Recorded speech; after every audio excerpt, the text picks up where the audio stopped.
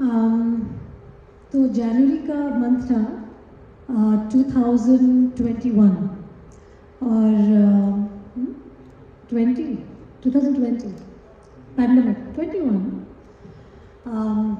तो निखिल का फ़ोन आया and I was little shocked because Nikhil normally we don't talk with each other on the phone. We've bumped into each other many a times. हम बहुत बार मिले, कभी Australia में मिले, कभी कोई फिल्म फेस्टिवल में मिले और ऐसे मतलब मिलते रहते थे but we not really in touch on the phone. तो निखिल का जब फ़ोन आया तो आई वाज लाइक अच्छा let me take the call, what has Nikhil to say, something new. तो निखिल ने फ़ोन करके सीधा सीधा बोला कि Rani I have this script and I think there's nobody else who can do it but you. So I said, okay, so what is the story? So he just narrated me a one line about this real incident. He said कि ये कहानी जो मैं produce कर रहा हूँ ये real life incident से इंस्पायर करके हम फिल्म बना रहे हैं. और I said अच्छा तो क्या स्टोरी है. तो जब निखिल ने मुझे जिस्ट बोला कि एक माँ के दोनों बच्चे एक कंट्री की अथॉरिटीज़ ने कॉन्फिस्केट कर लिए हैं तो मुझे एक्चुअली लगा कि निखिल मजाक कर रहा है. तो मैंने बोला ऐसे कैसे हो सकता है, हो ही नहीं सकता, मतलब what are the basis, charges क्या थे. तो जब उन्होंने चार्जेस बताए तो those were all things that we have grown up with which is a culture कि हाथ से खाना खिलाना या साथ में सुलाना बिस्तर पर बच्चों को up to a certain age, फिर काला टीका लगाना. तो ये सब चीज़ें जब निखिल ने मुझे बोला तो मैं काफ़ी शॉक हो गई और मैंने बोला अच्छा ठीक है निखिल आप स्क्रिप्ट भेजिए and I will read the script. But मैं इतनी मतलब इमोशनली चार्ज हो गई सुन के तो after I kept the phone मैंने गूगल करना शुरू कर दिया and I went to the real story. And जब मैंने पूरा पढ़ा आई वॉज रियली स्टन्ड और मुझे लगा कि ये फिल्म में किस तरह से स्क्रीन प्ले में बन के आएगा, क्योंकि कभी कभी कहानी अच्छी होती है लेकिन स्क्रीन पे फॉर्मेट में एक फ़िल्म में शायद निखर के नहीं आती एक स्टोरी. तो मुझे जानना था कि स्क्रिप्ट कैसी होगी. तो स्क्रिप्ट जब मैंने पढ़ा मुझे स्क्रिप्ट भी अच्छा लग गया.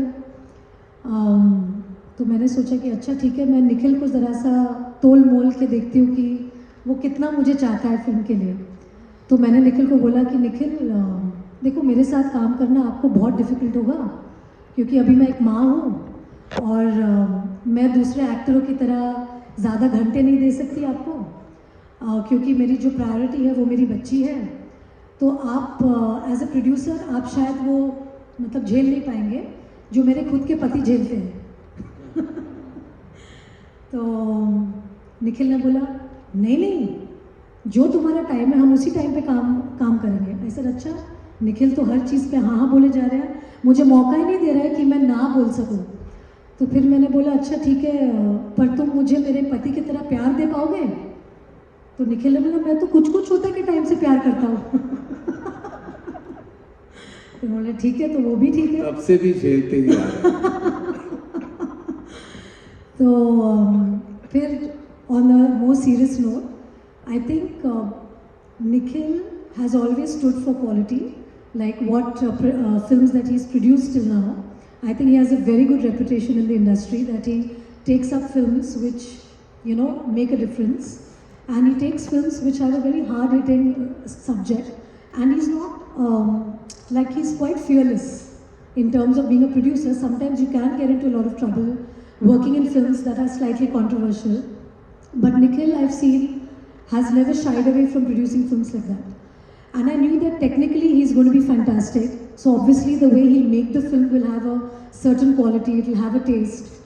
So for me it was a no-brainer completely. And then of course Nikhil said that the director is Ashima. Ashima is somebody who I've seen in YRF for so many years because she's done her first film, Mere Dad Ki Maruti, with Yashraj Films. So I've met her a couple of times, I've bumped into her. And it's always been a very nice chat with her, though I've never worked with her before and we had nothing in common. But she was always very warm and she's been always this bright girl that I've seen. And when she decided to become a single parent, she came to see me. And I thought that that was a very brave move from her part, that she decided to become a mom all by herself, which was a very brave thing. And I remember being very proud of her in my heart, and I was like, hats off to this girl for doing something like that. Because being a single parent in a country like Bombay is tough.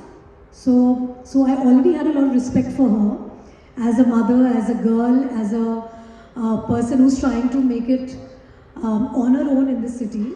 And when I spoke with Ashima, I realized that she's very, very passionate about the story because she's spoken to Sagarika, she has done so many calls with her, she was very involved with the subject. So I think when a director is so passionate about a story, I think that love translates into the film. So for me, I think it was just that Nikhil, I've known because he was there from the first time I met you, Karan. So for me, it was just an extension of, I would say, Dharma and Yashraj.